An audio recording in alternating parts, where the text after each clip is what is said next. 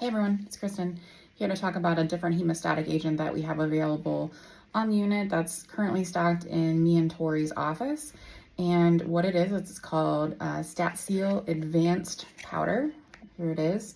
I'm going to talk a little bit about it today, why you'd use it in lieu of some of the other hemostatic agents, how you use it, and just a couple facts about it.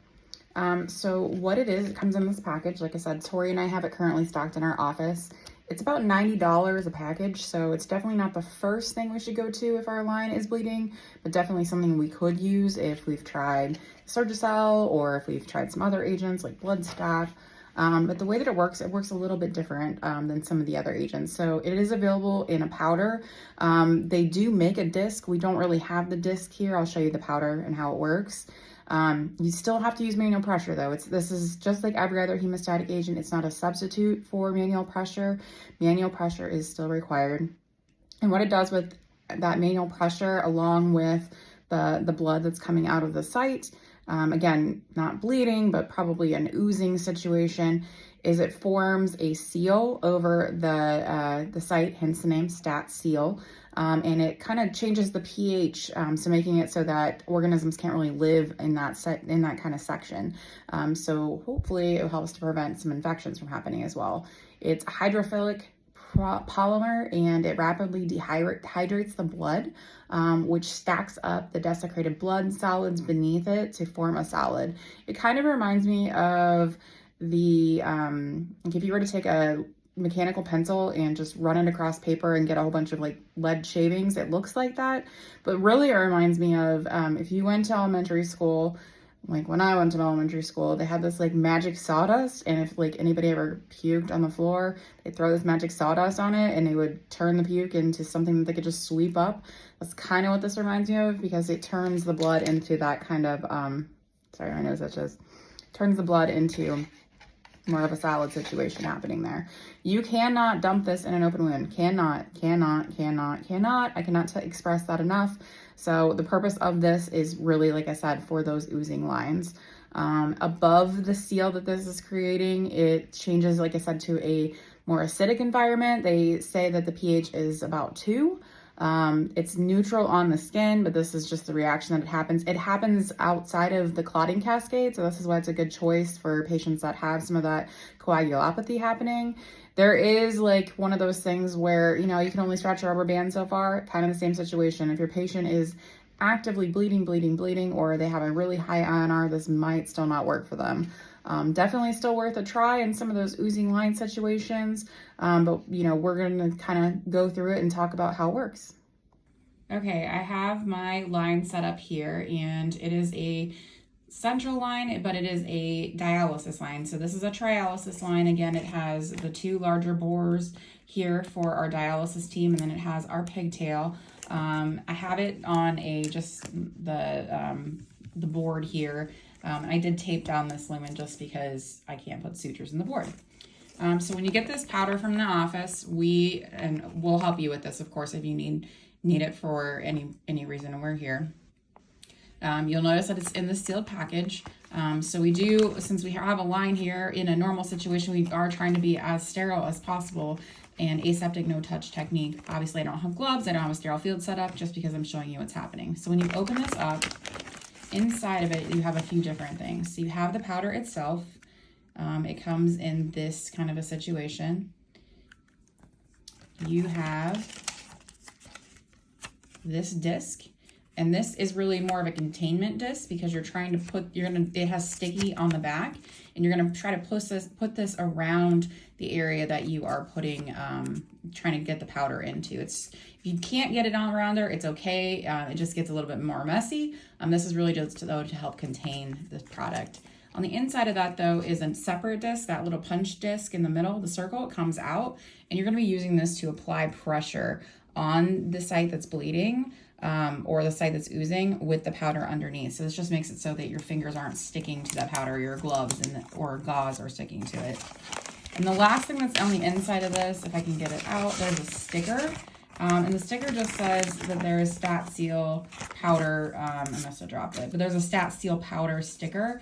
And the sticker just really states that there is this product underneath it. If you don't have that sticker, if it gets thrown away or you lose it, which apparently I did, you just want to make sure that you are writing a note letting people know. Because the StatSeal powder it doesn't turn black, it kind of turns like a brownish color. So you want people to know what they're looking at when they're doing their line checks, or if your next nurse is doing her audit. You don't want somebody to be thinking that there's something happening with it. The dressing itself, as long as it stays occlusive, it's good for 7 days, even though you're not putting a CHG with it or an antimicrobial. This is really taking the place of that in this situation, but it is good for 7 days as long as it remains occlusive and kind of uninterrupted. All right, so I'm gonna take this first, and what we're gonna wanna do is, in a normal situation, we would kind of wanna tap it, because like I said, it's powder, so we wanna get it outside of the top part of it. I kind of tap it both directions. It's very loose, just so that way it's kind of not all clumping together. When you take this off, you do not want to squeeze it, because if you squeeze it, you get a big kind of mushroom cloud looking thing of that powder, and we don't want that. I am going to dump a little bit of it out on this white piece of paper so that we can kind of see what it looks like. You do get quite a bit of powder, but that doesn't mean you should waste powder. So I'm going to show you what this looks like. Again, this is $90, so that's why you're only going to see this once. So we're going to dump a little bit of it out. So again, I'm not squeezing it, but see how I just turned it upside down and it kind of pours out. And see the consistency you're getting there? You can hear it. It is just, I'm trying to zoom in without it getting super fuzzy. There you can see it a little bit better. It just looks like some, essentially, like I said, pencil lead is what it looks like to me.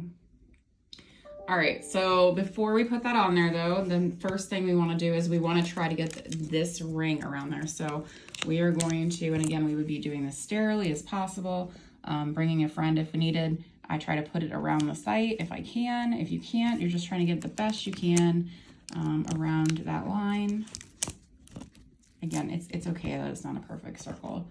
And so, as you can see, this is a board, but you know, this was likely be where it would be oozing or having that blood coming from. So we would just invert the bottle over top of that, and the powder is just going to start to pour out.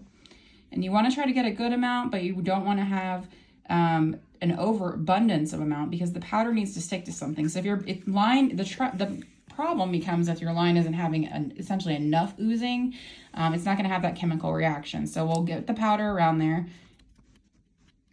and it looks like we got a good amount there. If we are having some oozing from the sutures, we can put it around the sutures, wherever the oozing is coming from. And then after we do that, then we're going to take this little disc, cover it over the top, and then we're going to apply our nice and firm pressure, and we're going to do that for 2 minutes. So we're going to hold that pressure there for 2 minutes. And then after that 2 minutes, we're going to be able to take this disc off. And mind you, this is all not live environment, so it's not sticking to it. But this should hopefully have formed a clot at that point. If not, you would want to continue to hold pressure until you see that bleeding stopped. Again, we're trying to make sure that we get a nice formed clot.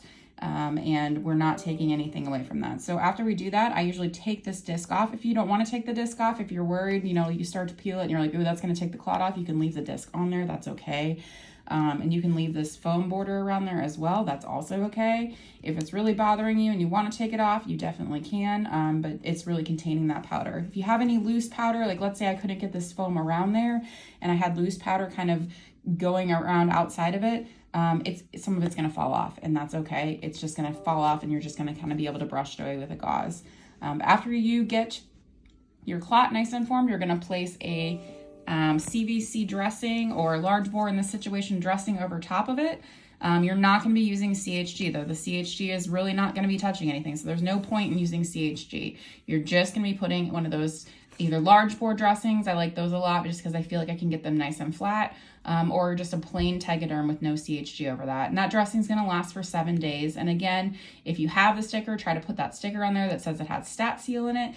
If not, just make sure you're documenting it. You need to document it either way, that this hemostatic agent was used. It's always a good idea too to let the physicians know, hey, this worked and this is what I used for it, because some of those physicians do look at these lines. So we want to make sure we're kind of crossing the bases and letting everybody on the same page. Communication is key. So again, this is StatSeal. They have a really nice video as well as a nice handout on kind of some easy steps on using it. So I'll make sure to send that out too.